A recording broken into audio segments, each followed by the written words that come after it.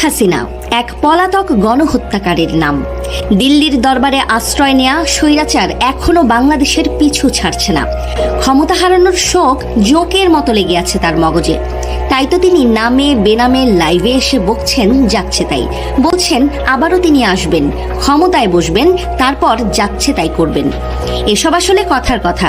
এই সান্ত্বনা পুরস্কার ছাড়া তিনি আসলে তার নেতাকর্মীদের আর কী বা করতে পারেন? কারণ যে নেত্রী তার নেতাকর্মীদের কিছু না বলে অথই সাগরে ফেলে পালান, তার তো এটুকু করতেই হবে। মুখের কথায় চিড়া তো তাকে ভেজাতেই হবে। তবে হাসিনার ক্ষোভের কেন্দ্রবিন্দুতে আছে একটা নাম। তিনি যথারীতি ডক্টর মোহাম্মদ ইউনূস। কোনোভাবেই অন্তর্বর্তী সরকারের প্রধান উপদেষ্টাকে মেনে নিতে পারছেন না। নামটা মুখে নিলেই বিষহীন ধোঁড়া সাপের মতো ফোঁস ফোঁস করে ওঠেন। আক্রোশে ফেটে পড়ে তার চেহারাহীন লাইভ। তবে কাজের বেলায় জোটে জিরো। মুখের কথা আদতে তার তর্জন গর্জন সার। এখনো হাসিনা বিরোধী জনরোষ বাংলাদেশের তুঙ্গে। গণহত্যা চালানো স্বৈরাচারের বিরুদ্ধে এখনো ক্ষোভে ফুঁসছে বাংলাদেশ। কেবল আইন নয়, জন আদালতেও তার ক্ষমা মেলা ভার। তার নাম শুনলেও এখনো এখানে মানুষ আক্রোশে ফেটে পড়ে। হাসিনাকে নিয়ে দিল্লির মনেও শান্তি নেই।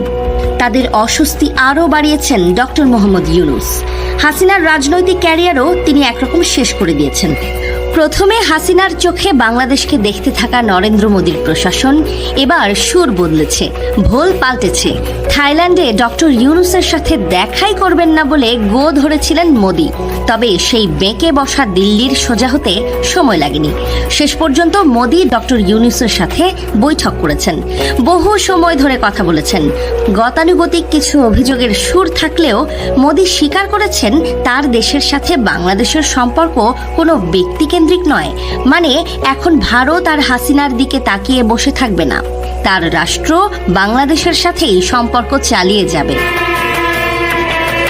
এতদিন যে অন্তর্বর্তী সরকার নিয়ে নয়াদিল্লি ছিল দ্বিধাদ্বন্দ্বের অন্তরালে, মাছ ধরবে নাকি পানি ছোবে এই ভেবে দিল্লির বুক করেছে আকুপাকু।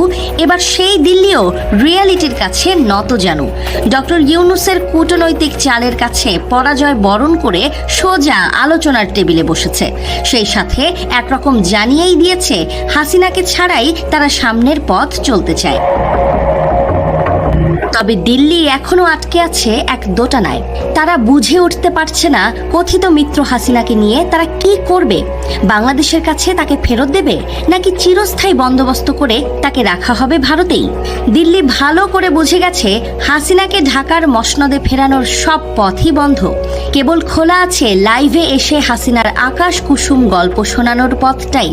আর বাস্তবতা বলছে হাসিনা বাংলাদেশে ফিরতে পারেন, তবে প্রধানমন্ত্রী হয়ে নয়, গণহত্যার মতো অপরাধীর সাজার খড়গ মাথায় নেয়া এক কয়েদি হিসেবে। তার অপরাধ এখন আর দেশের গণ্ডিতে আটকে নেই। আন্তর্জাতিকভাবেই তিনি এখন স্বীকৃত গণহত্যাকারী। জাতিসংঘের তদন্ত রিপোর্টে সে কথা পরিষ্কার। আন্তর্জাতিক অপরাধ আদালতও তার অপরাধকে গুরুতর হিসেবেই বিবেচনা করবে। তাই হাসিনাকে রক্ষায় ভারতের সামনে একটাই পথ, পলাতক এই স্বৈরাচারের জন্য দিল্লিতে একটা স্থায়ী বাংলো বরাদ্দ দেয়া। কারণ তাকে অন্য কোনো দেশে পাঠানোর সম্ভাবনাও ক্ষীণ। এমন স্বীকৃত অপরাধীকে সহজে কোনো দেশ রাজনৈতিক আশ্রয়ও দেবে না।